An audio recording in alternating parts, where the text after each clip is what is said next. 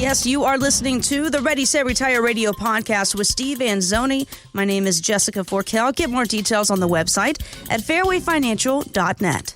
Interesting, folks had a lot of questions about annuities. I think now more than ever, folks are really getting interested in the conversation of what we talk about. Literally, I think every single show here is guaranteed income. For some reason, the word annuity gets a bad rap in the financial world. I don't understand why, when the caveat is, hey, don't have money for lifetime. I know, you know what I mean? Like I can't understand why it gets a bad rap, but this is something you deal with every day. Some of them aren't as good as others, but you could say that pretty much about every financial instrument out there. I mean, some funds are better than other funds. Some CDs are better than other CDs, stocks. You can make that argument for pretty much anything. The real key is to talk to a professional who's independent, who listens to what it is you're trying to do, and then goes out and finds the right solution instead of having preconceived ideas and coming in. So that's the real difference. It's all about the person you're talking to. That's the key. The latest workplace buzz term with younger adults is something called a micro-retirement. Get this. It's when they fight against job burnout by taking a sabbatical. And I'm talking a sabbatical like months, years, that kind of deal, to re-energize. I don't know how they afford to do this, but it got me thinking about those that are close to retirement, thinking about retirement, and maybe want to take retirement for a good old test drive. And I wonder, do you see this a lot, and how do you help?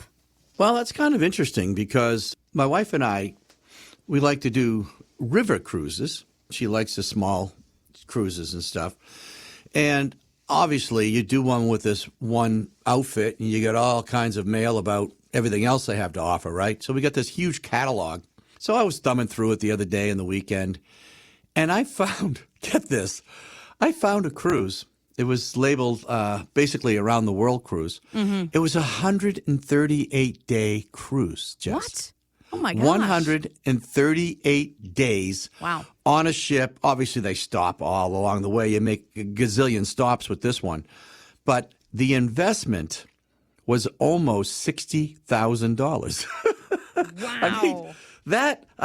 Now that's a test drive, right? But I just cracked up and I said to Tracy, I go, wow, would people actually consider doing that? And as it turns out, they're unbelievably popular. I was going to say, obviously, they have them, yeah. Right. I can't see myself doing that. I'm on a cruise ship for 8 to 10 days, and I'm like, all right, I'm ready to go home. Yet? Yeah.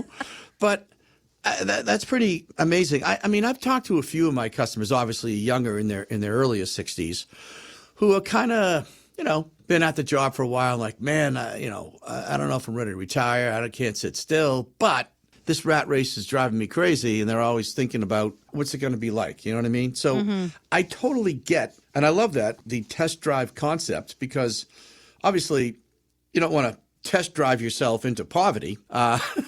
You got to understand what you're doing there. But it's an actual interesting exercise because it's something you really can't prepare for while you're working. It's kind of like a married couple having kids. I'm sorry, you can talk about it. You can think you can plan for it. But as you know.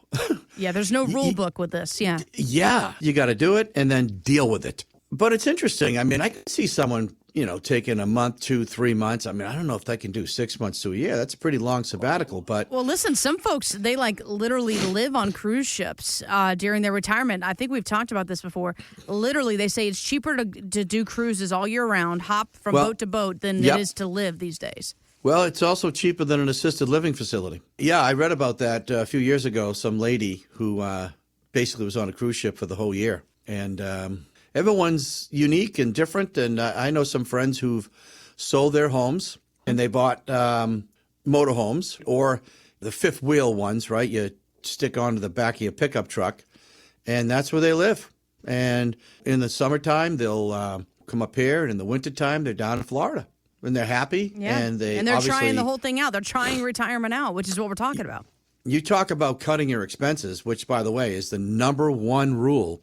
When you're trying to retire, the first thing you got to do is control the expenses. And you get rid of a house and you get rid of all that stuff and all those taxes. That's a big one right there. You got a pile of money. You buy the RV. Now, granted, these things can be fairly expensive too, but certainly a lot less than a permanent house. And so I mean, he's happy as a clam, and I see him every now and then when he's back up here. But everyone's different, and I just talked to someone, a client of mine, who's like, I want to get out of Mass and I want to move to Maine. She goes, the problem is, I'm not a huge cold weather person. And I'm like, not the place to be. Yeah, Maine could be an issue, but I mean, I get what she's saying. It's just the cost of living and everything in Mass is so exorbitant. And the part of Maine that she's looking at is somewhat rural, because I'll tell you, Maine could be off the charts too.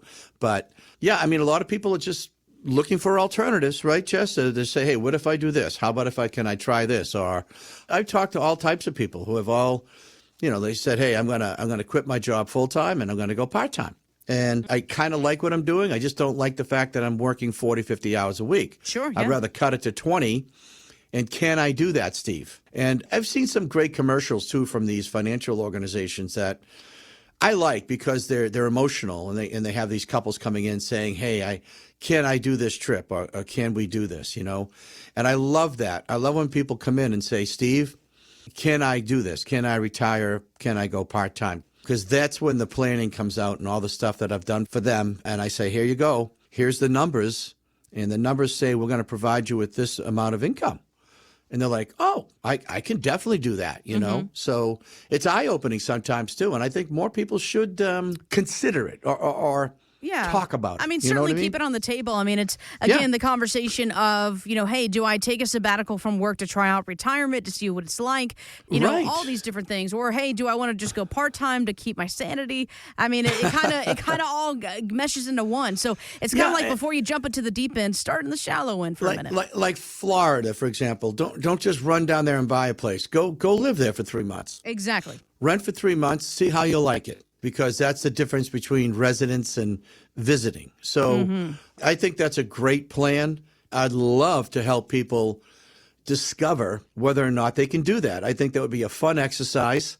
And I am absolutely equipped to be able to share those numbers and show people what they can do with future money. When music artists, they want to raise money, right? Many of them turn to selling all or even part of their catalogs of songs. We've seen this very frequently, and one of the latest to do it over 2 years ago was actually John Legend. He sold 50% of his stake of his work. He tells Shannon Sharp on his podcast, Club Shay Shay, why he did it at the age of 42 and what he did with all the money. So my decision was, one, I thought the market for it was at a high at that time. So I felt like I was getting a very good price. And then secondly, it enables me to diversify. So I can take the cash that they gave me for that and put my money into other investments that would diversify my portfolio to the point where I'm not only reliant on my music as my way of generating equity and income in the future and wealth in the future. Gotcha.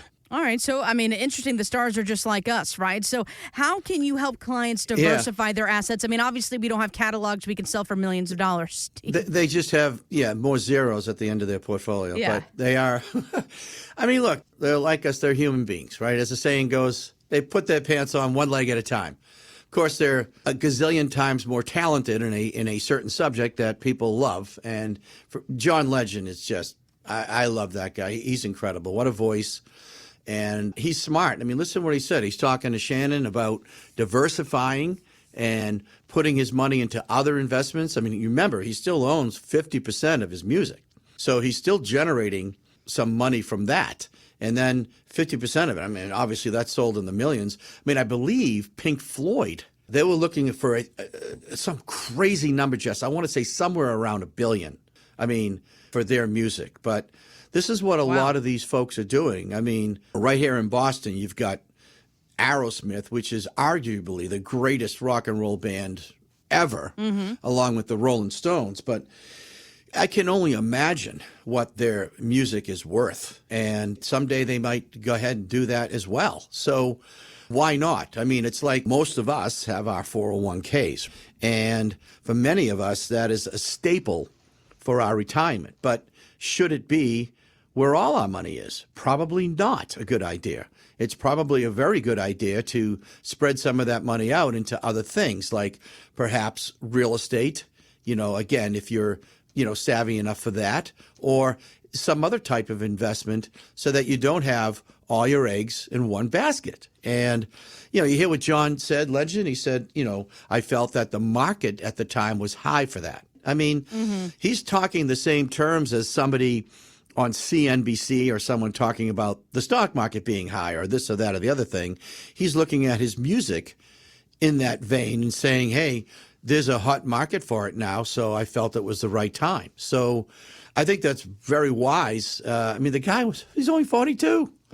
And, yeah. My God, good for him. Look, there's so many talented people out there that we all love and listen to. And, I just think it's a brilliant idea. And I think it can be definitely applicable to us regular folks out there who have most of our money in 401ks or brokerage accounts, because that's the typical savings of middle America, that's their number one source of retirement. So, but it bodes well to look at other avenues. And that's why I do this show, Jess, is to alert people to the fact that there are other avenues that can be more tax efficient and could be safer than where they're at. And maybe they're not fully aware of it, because in our world, if you're into the 401k, then the folks who are running the 401k obviously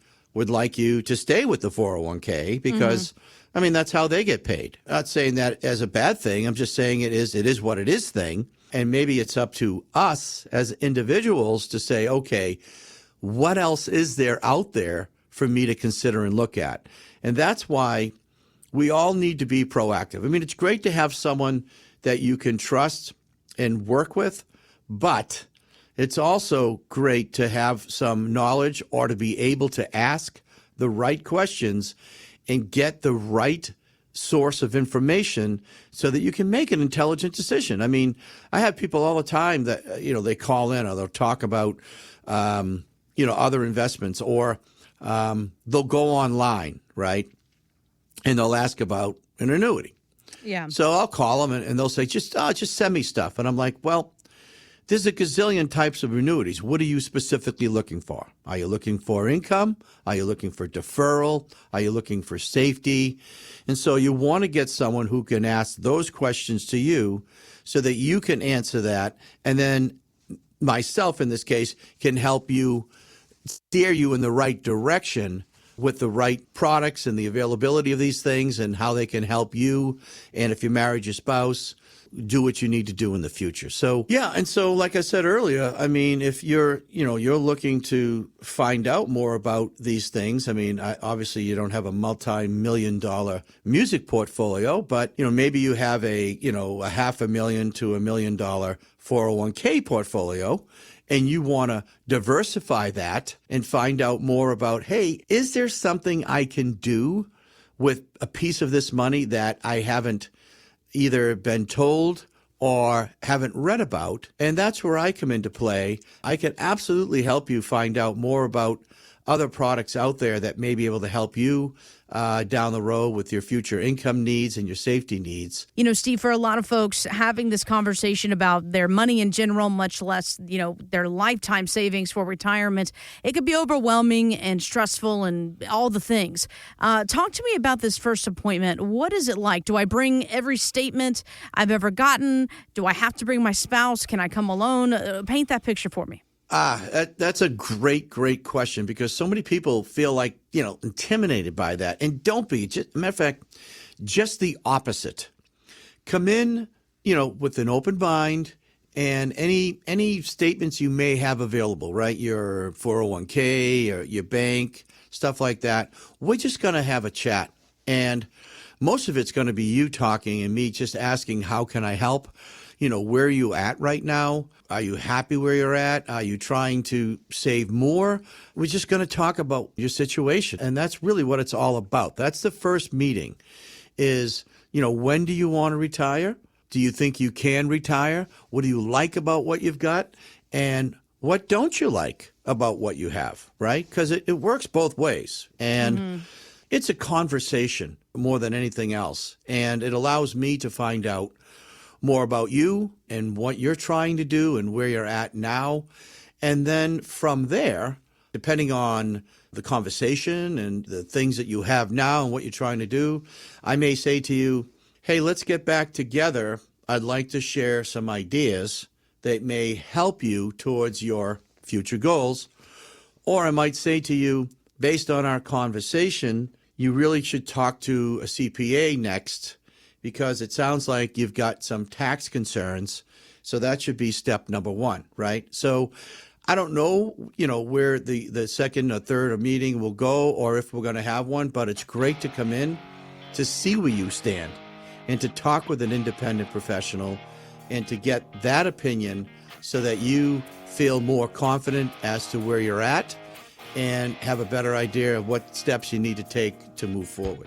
Get more details on the website, fairwayfinancial.net. That's fairwayfinancial.net. Steve Anzoni is a licensed insurance provider by the Division of Insurance and is not registered as an investment advisor. Insurance and annuities offered through Steve Anzoni, Massachusetts Insurance License 3851053. Annuity guarantees rely on the financial strength and claims paying ability of the issuing insurance company. Read your contract for restrictions, limitations, or penalties. Steve Anzoni is not licensed in all 50 states. To find out if Steve Anzoni is licensed in your state, please call 508-398-3337.